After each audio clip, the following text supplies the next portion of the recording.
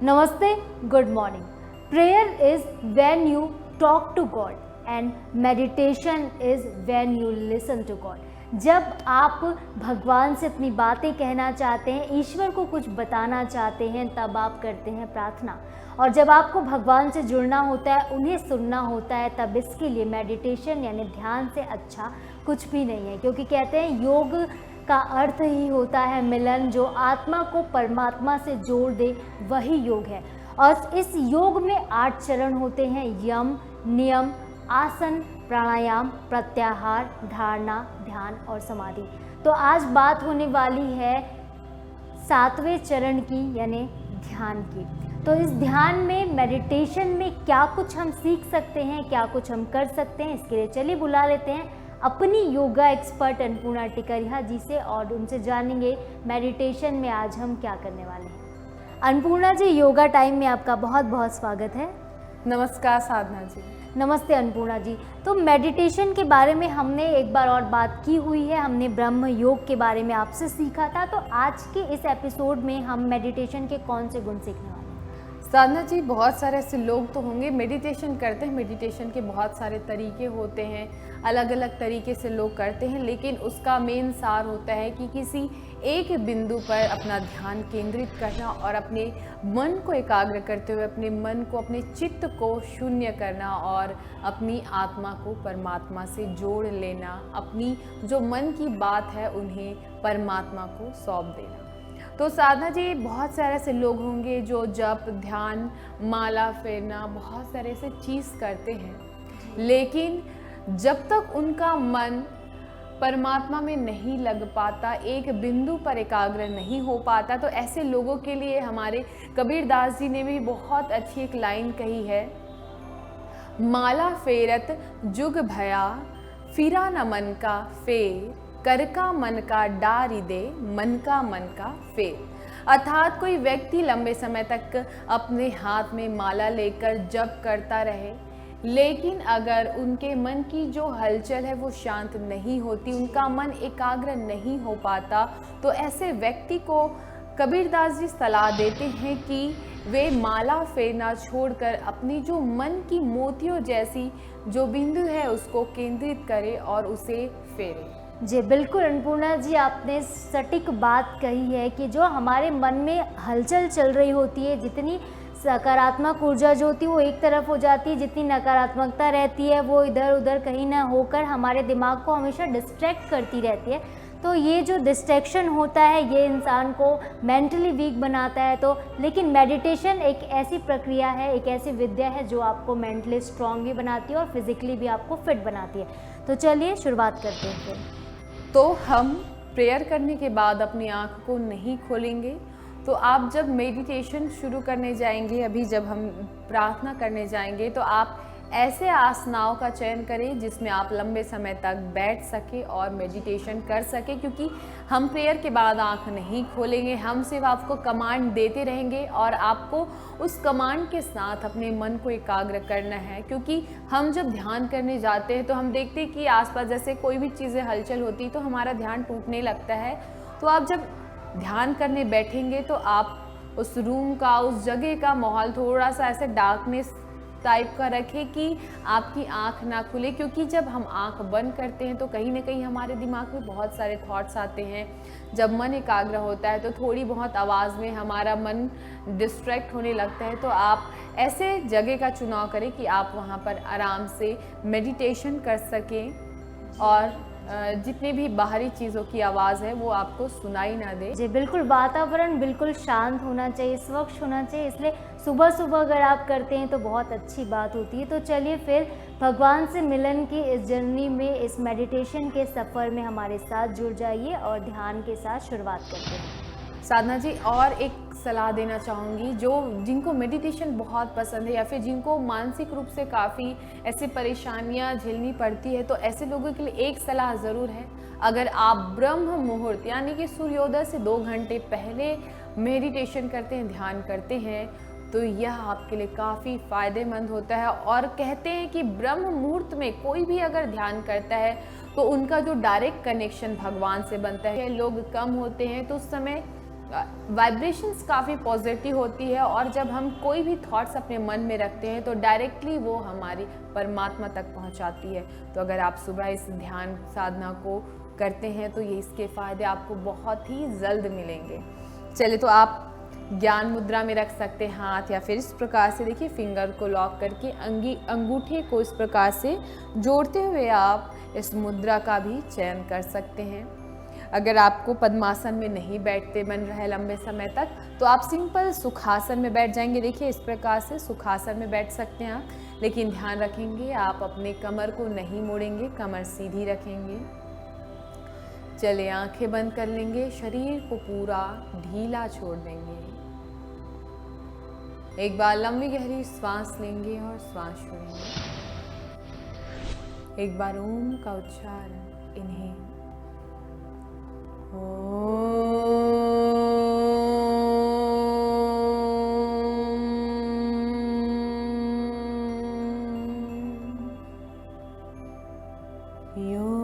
योगेन चित्तस्य पदेन वाचा मलं शरीरस्य च वैद्यकेन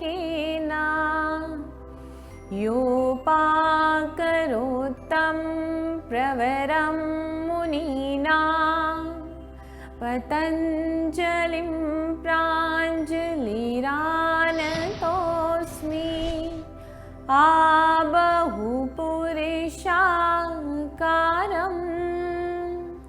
शङ्खचक्राश्रिधारणं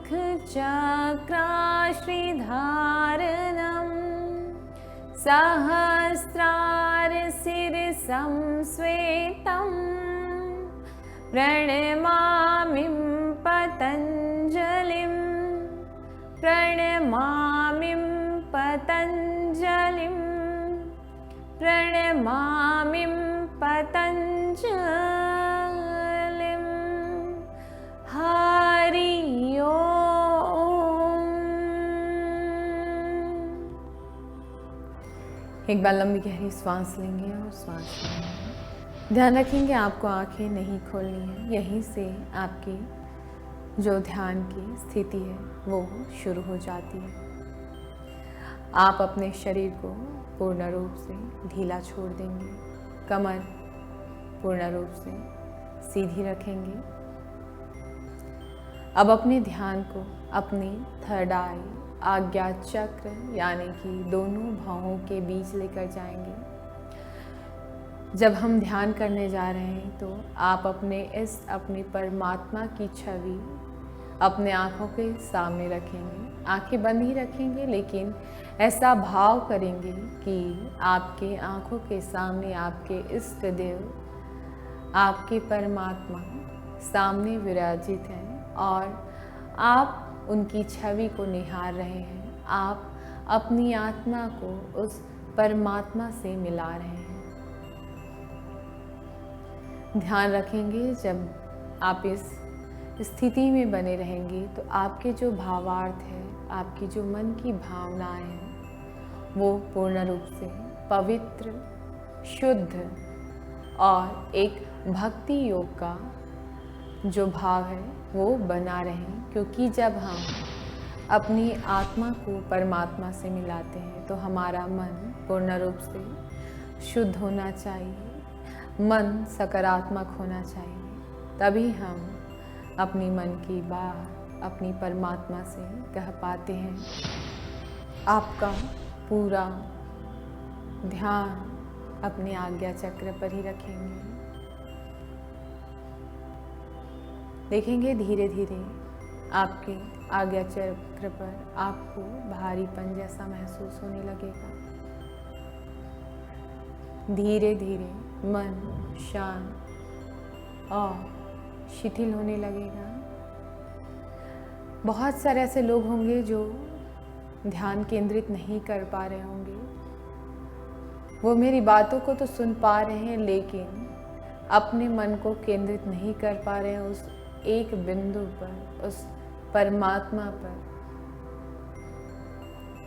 लेकिन जब आप इसका अभ्यास रोज करने लगते हैं तो आप धीरे धीरे उस बिंदु पर एकाग्रता बढ़ाने लगते हैं। धीरे धीरे अपने ध्यान को श्वासों की गति पर ले जाने लगेंगे।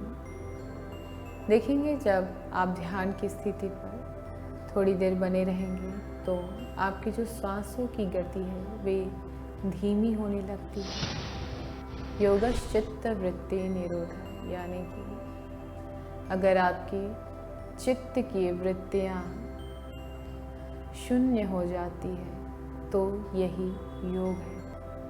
इसलिए ध्यान एक बड़ा माध्यम है हमारे चित्त की जो वृत्तियां हैं उसको शून्य करने के लिए। जब आपकी सारी वृत्तियां आपके चित्त से बाहर आ जाती है तब वही समय होता है कि आपकी जो आत्मा है वे परमात्मा से मिलन के लिए अपने मन के भाव को अपनी परमात्मा के साथ बांटने की कोशिश करेंगे। क्योंकि हम भले ही अपने परमात्मा को भूल सकते हैं लेकिन परमात्मा अपने बच्चों को, अपने शिष्यों को, अपने जो अंश है उसको कभी नहीं भूलते। इसलिए अगर आप भावपूर्वक अपनी बात अपने परमात्मा से करते हैं तो वे हमारे मन की बात ज़रूर सुनते हैं। इसलिए ध्यान एक बहुत बड़ा माध्यम है अपने मन के भाव को अपने परमात्मा से बांटने के लिए, अपनी आत्मा को परमात्मा से मिलाने के लिए। आप एकाग्र हो रहे हैं, मन शून्य हो रहा है, आपका शरीर, आपका मन, चित्त शून्य की ओर बढ़ रहा है।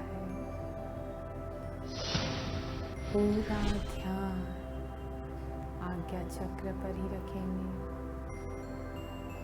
अपने आज्ञा चक्र के सामने से परमात्मा की छवि को, अपने इष्ट की छवि को हटने नहीं देंगे। सभी की आइज क्लोज रहेंगी और सभी भगवान का ध्यान करेंगे और अन्नपूर्णा जी की कही बातों को फॉलो करेंगे। पूरा फोकस आपके आज्ञा चक्र पर, दोनों बाहों के बीच, अपनी थर्ड आई पर। सामने आपके इष्ट, आपके परमात्मा की छवि देखेंगे। धीरे धीरे आपका जो आज्ञा चक्र है, दोनों बाहों के बीच आपको वाइब्रेशंस फील होने लगेंगे। आपको हल्का सा उस जगह पर एक भारीपन जैसा महसूस होने लगेगा। जब हम धीरे धीरे ध्यान में बढ़ने लगते हैं, जब हम अपने आप में समाने लगते हैं, जब हम में मैं का जो भाव है वो हटने लगता है, वही योग की स्थिति होने लगती है। हम शरीर नहीं, आत्मा है। जब यह भाव आपके अंदर उत्पन्न होने लगता है, यही योग है, यही ध्यान है।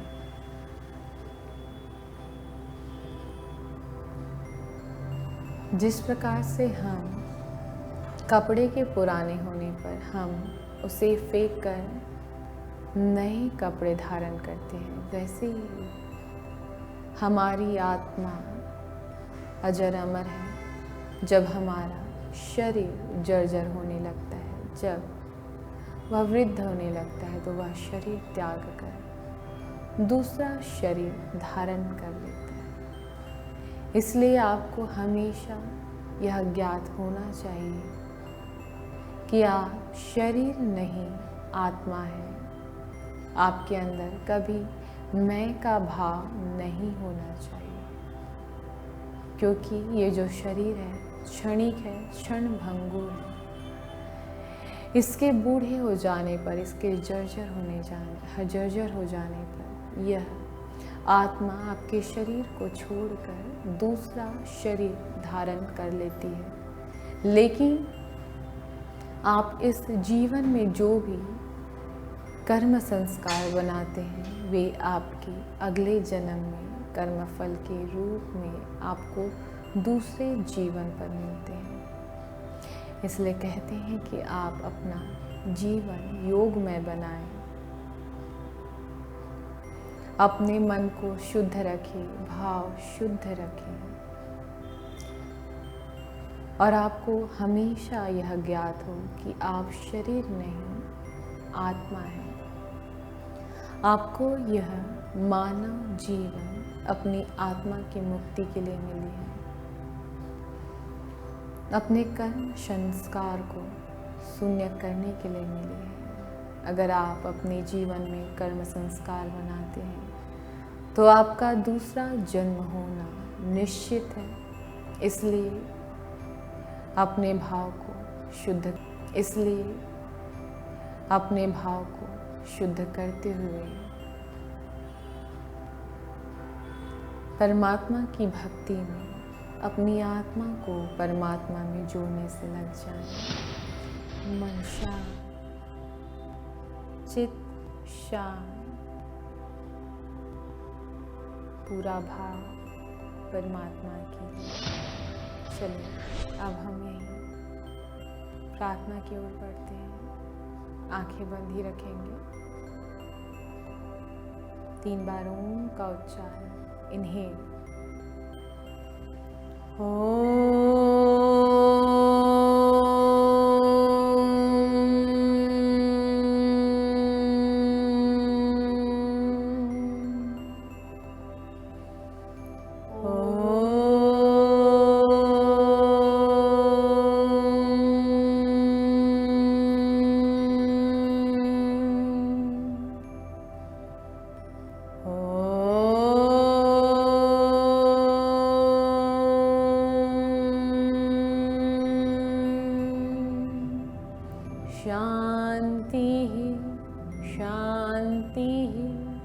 शांति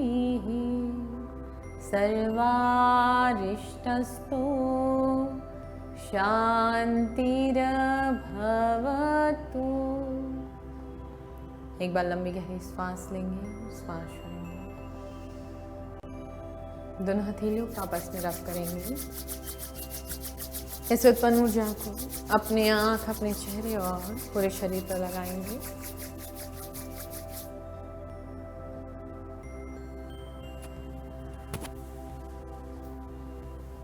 धीरे से आंखों को खोलेंगे एक मीठी सी मुस्कान के साथ। Thank you, Hariom. अगर आप इसी ध्यान की स्थिति में बने रहना चाहते हैं तो आप बने रहेंगे, आंखें नहीं खोलेंगे।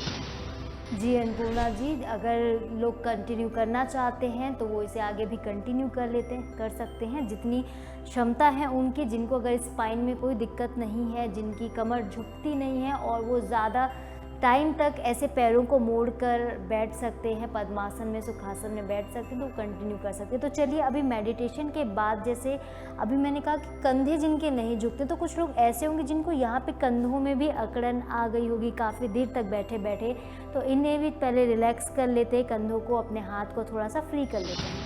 तो बहुत सारे ऐसे लोग होंगे जिनको इस ध्यान की स्थिति के बाद कमर पे अगर दर्द हो रहा है तो चाहे तो आप शवासन में लेट सकते हैं या फिर थोड़ा सा अपने हाथों को पीछे की ओर स्ट्रेच करेंगे। देखिए ऐसे पीछे हाथों को लॉक कर लेंगे, हाथों को ज़मीन पे रखेंगे, चेस्ट बाहर निकालेंगे और गर्दन पीछे ले लेंगे। कुछ समय के लिए होल्ड करेंगे यहाँ पे। चलिए धीरे से वापस लंबी गहरी सांस लेंगे, दोनों हाथ ऊपर उठाएंगे, सांस छोड़ते हुए राइट साइड ट्विस्ट करेंगे।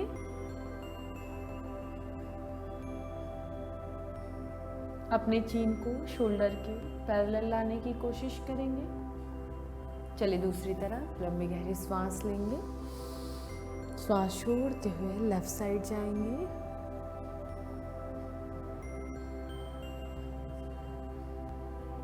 चलिए लंबी गहरी सांस लेंगे, सांस छोड़ते हुए सामने जाएंगे।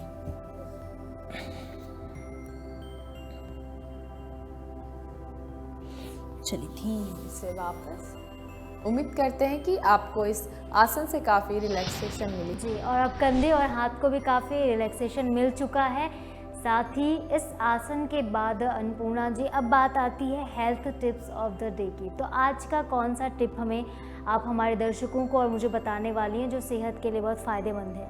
साधना जी, जैसे कि खिचड़ी बहुत सारे लोग होंगे जिनका ये काफ़ी पसंदीदा खाना भी होगा, लेकिन जब हम इसमें वेजिटेबल्स के साथ अगर एक बार दिन में खाते तो ये काफ़ी फ़ायदेमंद होता है हमारे पेट के लिए, क्योंकि हम इतना अपने शरीर को ऐसे बहुत सारे ऐसे रंग बिरंगे खाने ही कहेंगे, क्योंकि आजकल लोगों का जो चटूरापन है बढ़ते जा रहा है और कुछ भी जो भी चीज़ें उनके जो जीभ को पसंद आती है वे खाने लग जाते हैं।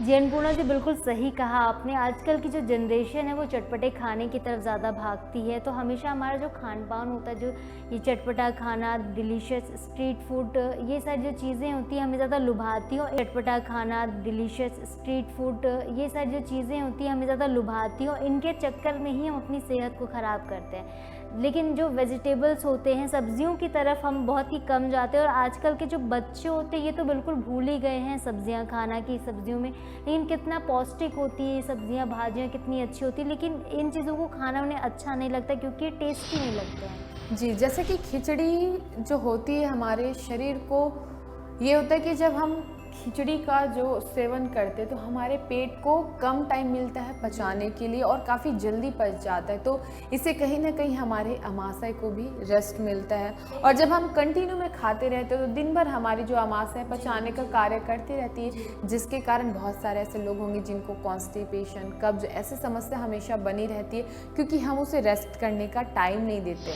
अन्नपूर्णा जी, एक सवाल यहाँ पर मेरा ये है कि जैसे आपने कहा खिचड़ी की बात कही, तो जो अगर कोई वेट लॉस की जर्नी पर है, जो अपना वज़न कम करना चाहता है, तो एक मिथ है या लोग ऐसा कहते हैं कि चावल खाने से वज़न कम नहीं होता है, मतलब और बढ़ जाता है, वेट गेन होता है। तो ऐसे लोग क्या खिचड़ी खा सकते हैं? खिचड़ी से क्या प्रभाव पड़ता है? जी बिल्कुल साधना जी, खा सकते हैं। बहुत सारे ऐसे लोग होंगे खिचड़ी तो खाते हैं बट इतना भर पेट खाते हैं, वैसा नहीं खाना है। अगर आप चाहते हैं कि आपके पेट को थोड़ा रेस्ट मिले तो खिचड़ी का सेवन अगर आप सुबह करते हैं या फिर आफ्टरनून में करते हैं तो काफ़ी ये फ़ायदेमंद होता है।